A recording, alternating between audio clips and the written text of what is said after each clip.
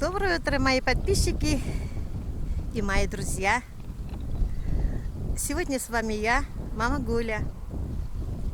Мы приехали на поле собирать травы.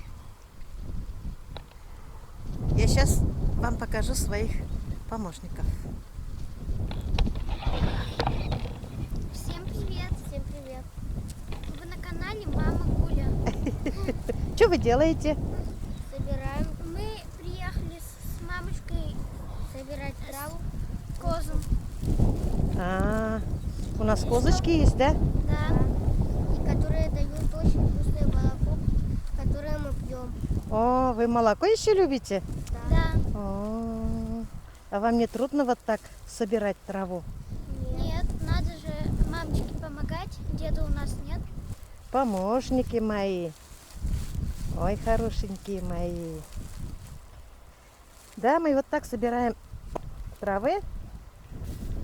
Приезжаем. Я вам показала, где наш участок картофельный. Вон он там. Уже зарастает травой. И здесь очень много растет травы. Здесь никто не косит. Я каждый раз, вот каждый год приезжаю, вот так набираю. Раньше дедом приезжали, сейчас одна. То есть не одна, но с мальчиками. А девочки остались дома, помогают Розе. Мы сейчас завтракали. И Анечка там моет посуды, пылесосит, там что-то делает. А я с мальчиками. У нас еще вот такой помощник есть. Серп. Очень удобно резать траву. Вот мы работаем так. Сейчас я вам покажу поле.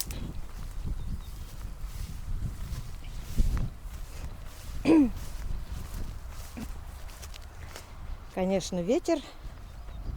Наверное, слышимости плохо. Вот. Картошка появляется потихоньку. Надо будет уже с завтрашнего дня, может даже после обеда, приходить чуть-чуть прополоть. Вот уже личинки есть. Вот они уже есть. И уже жуки сидят. Вот. Кыш отсюда. Бессовестные. Вон они. Надо будет их собрать.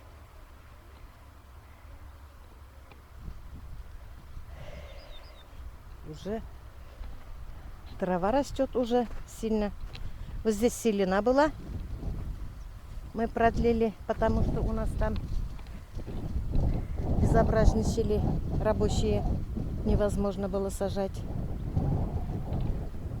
Взяли здесь немножко селену.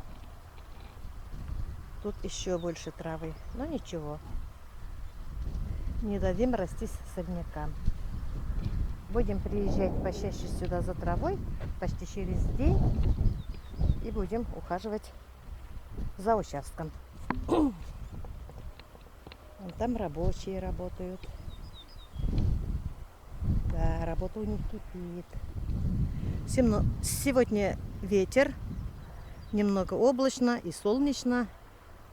Уже все сухо. Засухи пошли. Дождя пока нет.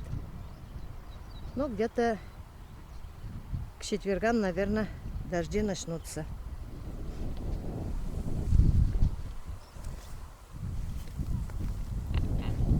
Вот мои сыновья.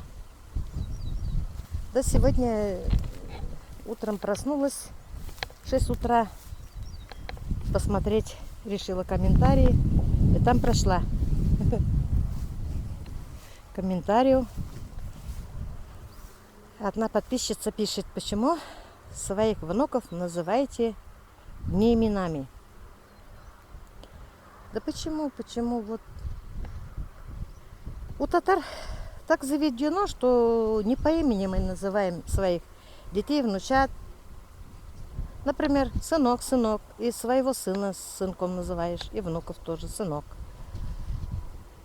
Ну, я не знаю, может, другие не так называют, но я почему-то называю доча, внучек, кызым, кызым. И своих детей кызым, и дочерей, внучек кызым. Не знаю, мне так нравится. Но у меня уже Кирилл с Владом, они мои внуки под опекой, родные внуки. Но я привыкла их называть сыновьями, потому что они меня мамочкой называют. Они сами захотели меня так называть. Может, им нравится. Поэтому пускай называют. Они заменяют мне сына моего, которого нет.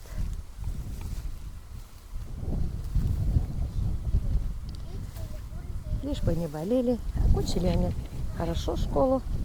Сейчас каникулы у нас начались. Я их давно не вывозила. Вот первый раз вывожу их. Потому что карантин.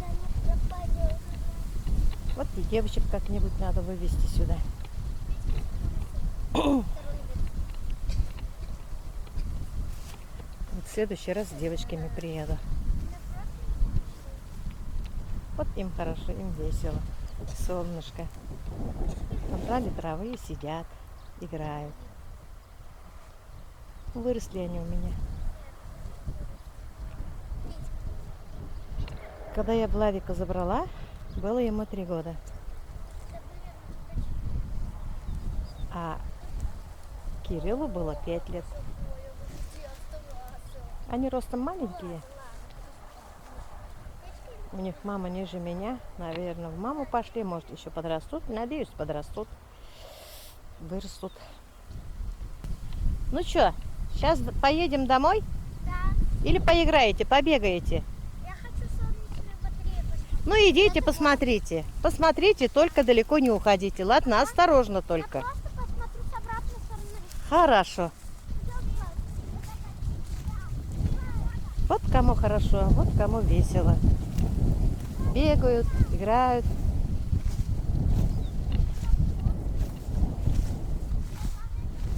Интересно им. Мужчины же. Всякое железо интересно им.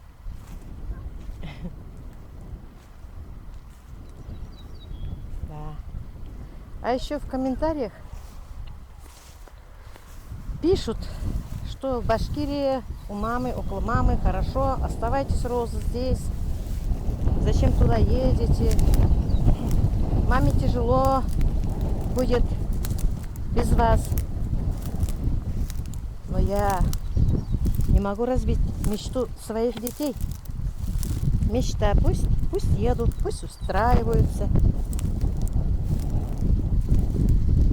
Все со мной будет хорошо. У меня тут младшая дочь есть, зять Салават есть. Вы же видите, он приезжает, помогает. Они меня так-то одну не оставляют. Когда зима, они с утра звонят, узнают, как я. Каждый день они звонят. Как я себя чувствую, все ли хорошо, завела ли я машину. Потому что дед у нас полгода ухаживал за сестрой в Астрахани, которая лежала в постели. Слава богу, встала она, сейчас ходит. Но деда нашего нет. Вот.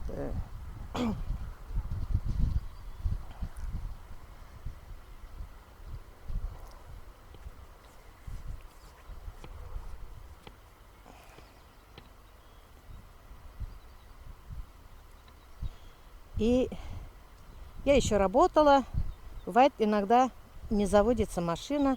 Отправляю детей в школу на такси. И сама тоже еду на такси. Звоню зятю, что машина не завелась. В обед он приезжает, смотрит, наладит.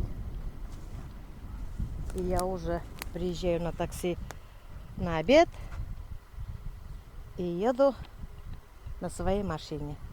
Вот так у меня в этом году что-то часто машина стала подводить, потому что уже, как я купила с салона машину, уже 9-й год. Поэтому сейчас купила я аккумулятор. Вроде хорошо теперь. Ну как там? Классно. Классно, да? Да, они гигантские. Гигантские, да? Да. А одна штука сколько стоит? Я не знаю. Не знаю, это миллионами, миллиарды, триллиарды, наверное, стоит. Что, нога болит? Нет? А? Покажите. Осторожнее, я вам сказала. Поиграем? Вот брат у тебя правильно делал. Одел носки и одел галоши. А ты что? Можно было бы и резиновые сапоги одевать. В следующий раз в сланцах не приходи, ладно? Ответь на вопрос. Какой? Ты слушала? Не слушал, наверное. Да, ладно. Можно не приходить. Еще? Слушай теперь. Можно в трико еще приходить, Ага. потому что трава. Ладно, первый раз. Так получилось, в следующий раз будем знать. Только осторожно. Вот такие ямы же нам сделали. Вот поэтому не смогли спахать. Вон как безобразничали. Вот могли оттуда заезжать.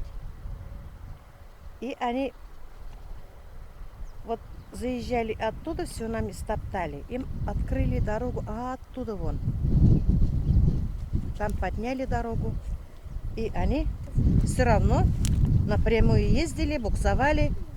Весь огород наш кончали. Многие в этом году не посадили. Посадили, наверное, у нас где-то 4. И все. Вот же им там открыли дорогу.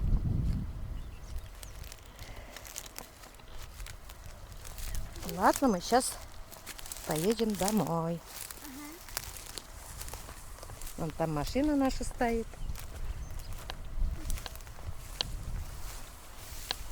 Сейчас мешки перетащим.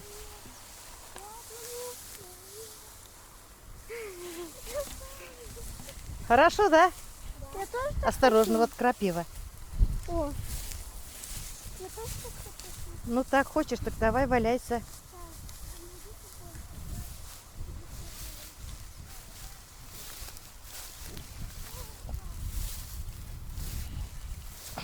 Мамочка, петушок или курица? Я не знаю. Петушок. А, Петушок. петушок, да? А где наш Кирилл? Он вот плавает. А где братик наш? А я вас потеряла, а я боюсь одна тут. А я боюсь. Ой, вон они, мои родные. Вот они, мои хорошие. Ой, а как интересно. Много ли нам счастья надо для них? Радуются, живут. Лишь бы не болели.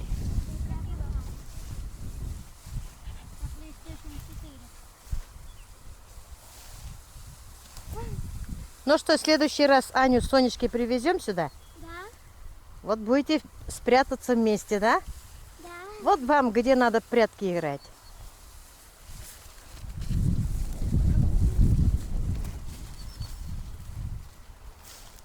Посмотрите, какие цветы. Куст какой-то, шиповник, наверное. Да? Цветы белые. Это шиповник. Вот. Запах какой вкусный. Колючий. Правда. Ага. Вкуснотища. Там ведро с дыркой.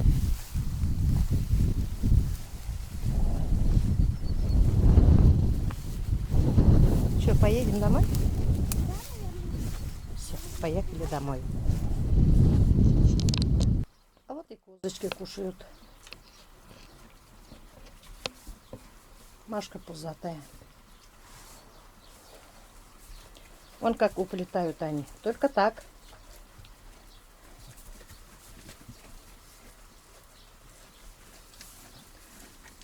Хороший, хороший. Машка. Пузятая, пузятая.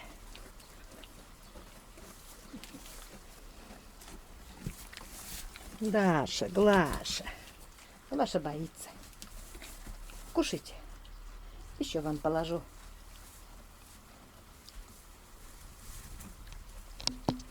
А вот спят маленькие. Почему-то мама вытаскивает сюда. Попробовали и большую коробку. Все равно мама у них вытаскивает сюда.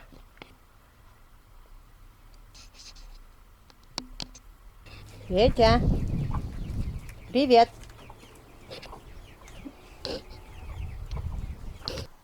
Здравствуйте, мои уважаемые подписчики и зрители моего канала. Сегодня я решила вам показать, как варится шурпа по рецепту Сталика. Для этого нам понадобится где-то 1,5 килограмма мяса,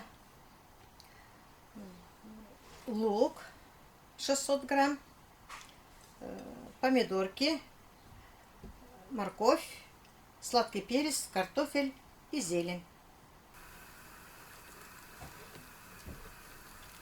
Я беру мясо на косточках, ребрышки с жиром, поэтому я жир внутренной не кладу. У меня тут достаточно жира. Холодную, чуть подсоленную воду кладу мясо. В каких случаях подают шурпу? Практически всегда ей найдется на столе достойное место. На свадьбах, шумных дружеских компаниях, тихом семейном кругу. Бывает и на завтрак, бывает и на обед, бывает и на ужин. Ждем, когда закипит вода, и соберем накипь. Мясо не только говядину можно, главное на косточках. Можно баранину брать, можно куриное мясо брать. Желательно, чтобы косточки были, чтобы был хороший крепкий бульон. Поднимается пена. После того, как от мяса поднимается пена, убавляем нагрев и убираем пену.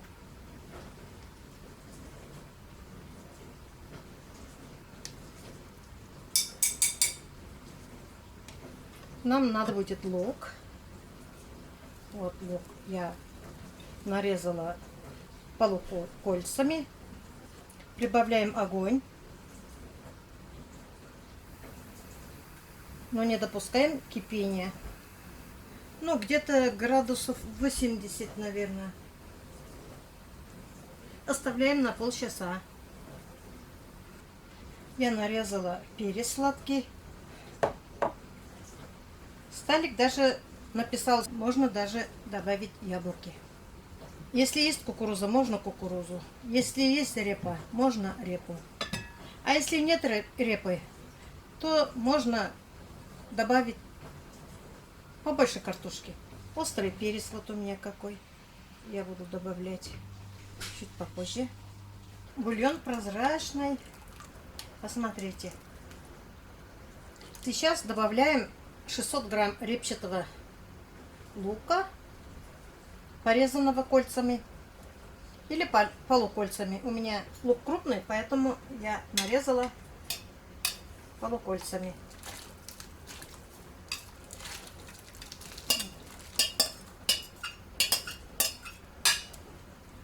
Прибавляем огонь и варим полчаса.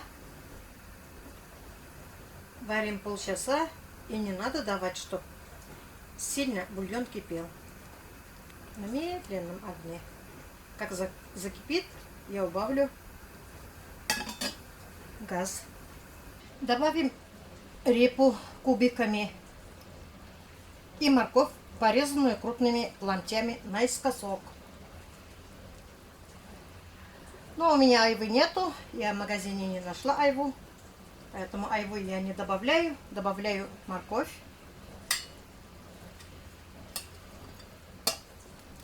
300 грамм морковь. Можно чуть-чуть побольше, можно чуть-чуть поменьше. Сталик написал, не обязательно грамм до грамма. Если что-то нет, например, у меня нет айвы, значит я могу айву не класть. Он пишет, в старое время, когда в Узбекистане не было картошки, 150 лет тому назад только в Узбекистане картошка появилась. Они клали, что есть. Самое главное, большую роль играет мясо. Наваристое, жирное, косточки. Самое главное мясо. Летом появлялись, даже у них в Узбекистане ранней весной, наверное, кукуруза.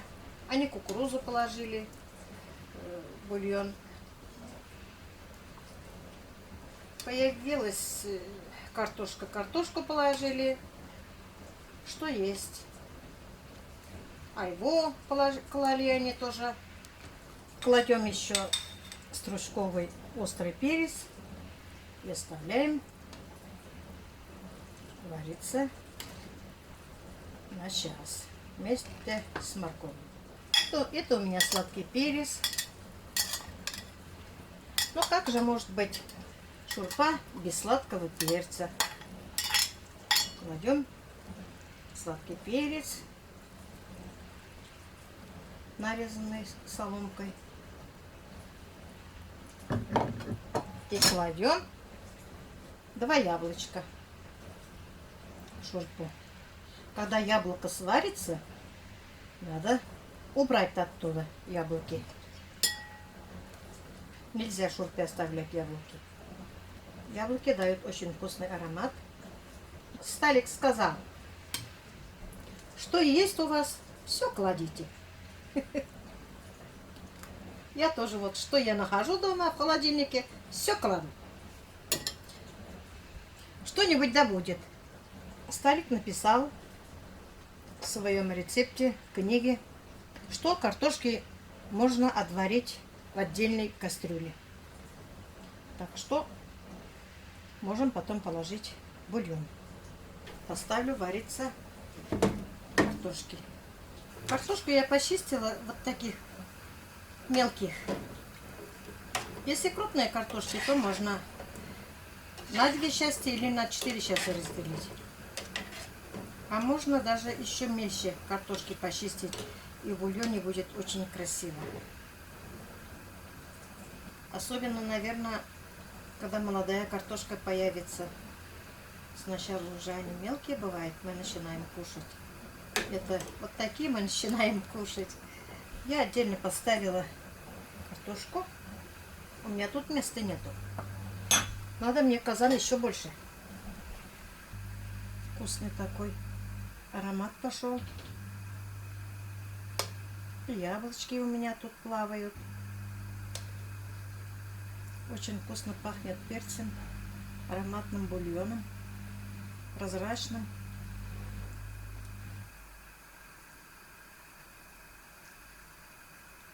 Я вообще люблю бульон.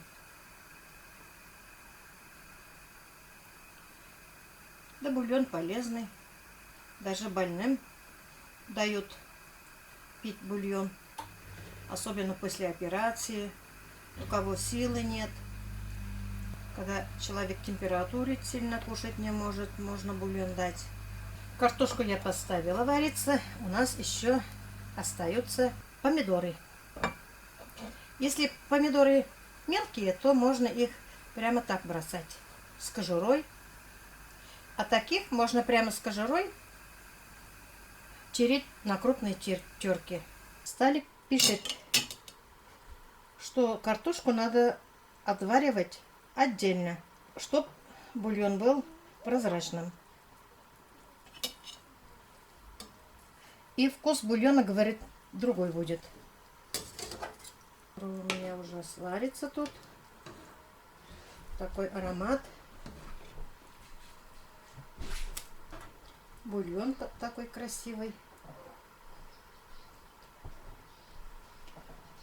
Вижу, у меня яблоки сварились. Я их убираю.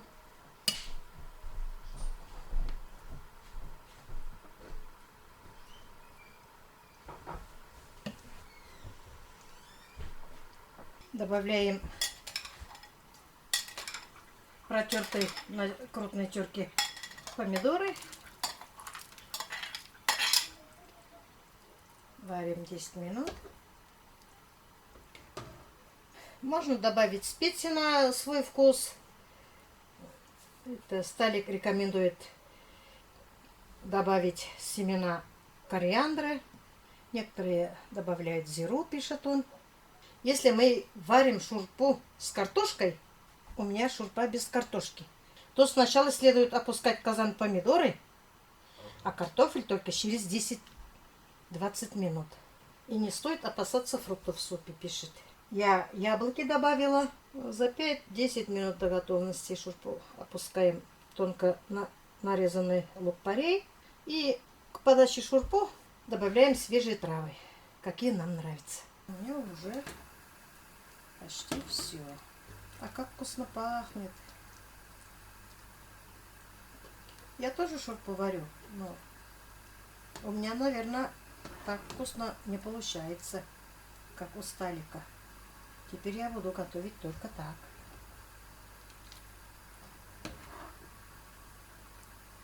Своих гостей, родственников буду угощать. И выглядит очень красиво. Еще будет здесь зелень. Спасибо Сталику, что он мне подарил такую книгу. Я буду свою семью баловать частенько.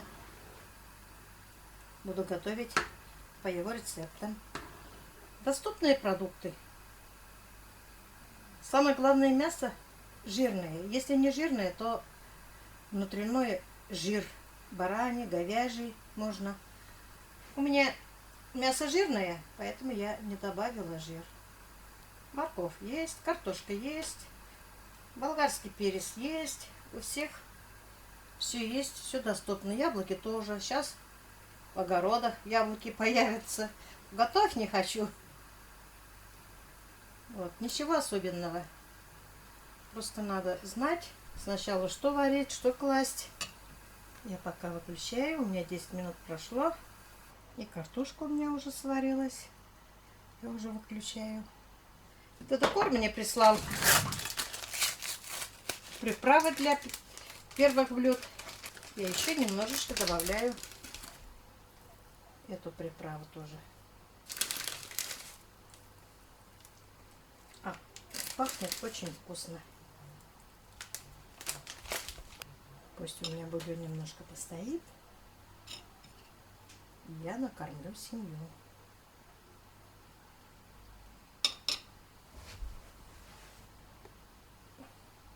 Вот я приготовила свой бульон. Прозрачный. Очень вкусный. Сейчас посмотрим, как оценит моя семья. Кстати, я еще забыла вам сказать один момент. Хороший, серьезный. Мы же чуть подсоленную воду кладем мясо вариться. Чуть-чуть подсоленную воду. А когда протертую помидорчики я кладу в суп, в это время надо досаливать суп.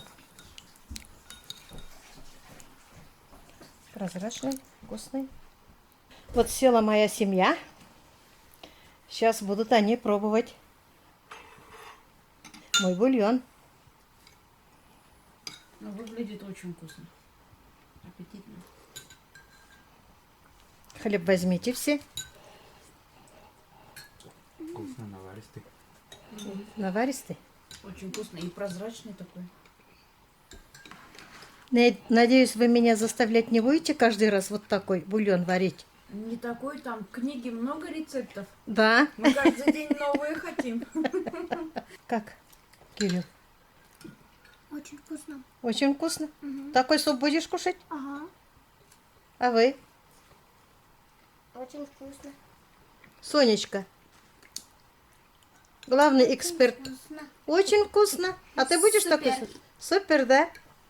Мне, как всегда, не хватает соли и перца. Андрею. Вкусно. Вкусно, Все да? там хватает. Но Всё я хватает. люблю соленое и острое. М. Ну ладно, если вам шурпа понравилась, приятного Очень вам вкусно, спасибо. аппетита. Спасибо. Спасибо Сталику за прекрасную книгу. Спасибо. За толстую книгу, там рецептов много. Полистай. В огороде мы сами поработаем, ты здесь работай. Я и так из кухни не выхожу. Вот и не выходи. О, мне Кириллу вообще нравится, да? Мгм. М. Какой кусок хочешь, такой бери. Какой тебе кусок нравится? Бери побольше, остатки Мусе отдашь. Она и так все таскает, Муси. Все, вам приятного аппетита. Спасибо. Спасибо.